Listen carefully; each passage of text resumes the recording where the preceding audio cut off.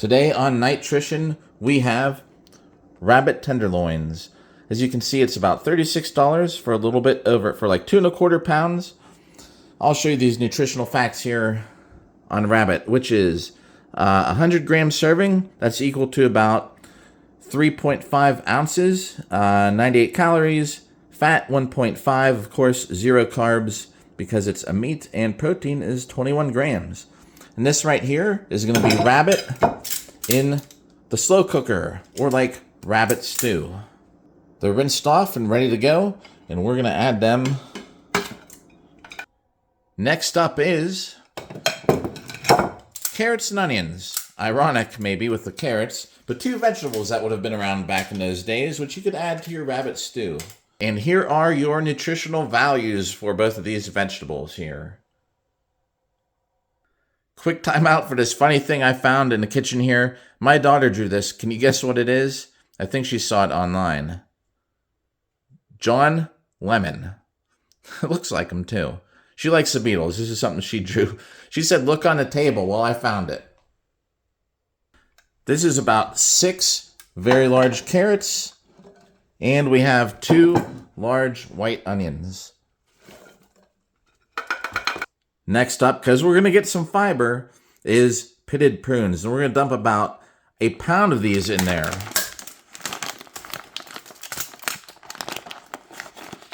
I open them with gauntlets. That's the question. Oh, I'm going to need scissors. It ripped. Prunes. You got 4 or 5 prunes. It's going to equal, the most important thing we're looking for is 26 carbs. That's 15 total sugars, but there are 3 grams of fiber. It's actually 1 gram of protein in there too. We're going to pinch off the bottom of the bag so we don't add the whole thing in there. We're going to add a good bit. And we're going to roll with some beef broth. As you can see, unsalted. I love to just add my salt later. I don't like to just throw a bunch of salt in there. Only 15 calories, as you can see there. Very low sodium, only 3%. 2 grams of protein, apparently. And we're just going to dump these in just like that. So the point of this Knourishment series is just to show you some things you can eat. This is actually probably, I would consider it a pretty healthy meal. Things that people probably would have eaten way back in the day. Rabbit, if you haven't ever tried it, it's really good. We're going to actually let this cook overnight. I'm going to set it for, it's 9 p.m. right now, and we're going to get into this probably about 9 in the morning, sometime after I wake up. So I'm going to have it cooking here for about 12 hours. I don't know if there's a specific time, but 12 is what I did last time, and 12 is just going to work for me. We're going to stir this, let it settle. I think I'm going to have to add a cup of this water here because it just looks like it's a little shallow here. Make sure everything's stirred up. We're just going to add this water. I knew it would look a little shallow. That is a little better. And then we'll put the lid on it, plug it in.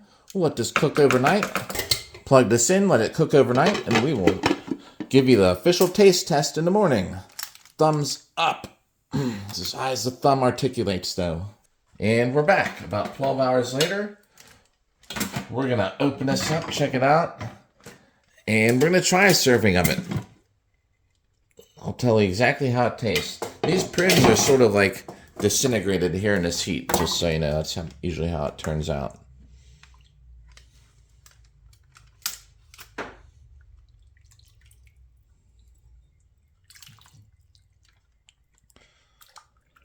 And this is going to last me about 3 days, 4 if I stretch it. We'll get a couple more onions and a carrot in there. That's what we'll do. This is rabbit in the slow cooker, or like rabbit stew. Here on Knourishment, if you like this kind of stuff, subscribe, because we're going to have a few more of these videos. Plus, you'll get to see all this armored combat footage from things I do. Vegetables in a slow cooker are the best. So if you can see, it tastes, honestly, it reminds me of pork, like pulled pork. The fibers kind of split the same way, lengthwise up the cuts. At least any kind of rabbit cut I've gotten, it splits lengthwise with it. And the texture in my mouth feels like I'm eating pulled pork. And it actually kind of tastes like pulled pork too. It might be because I added beef broth. But if you like pork, you'll probably like this.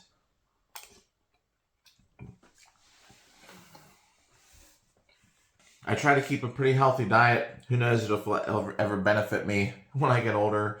You never know what's going to happen genetically or whatever, but I try and eat pretty clean. I try and vary my protein sources. I'm going to eat stuff like octopus, rabbit, obviously. I got a wild boar roast in the fridge for after this.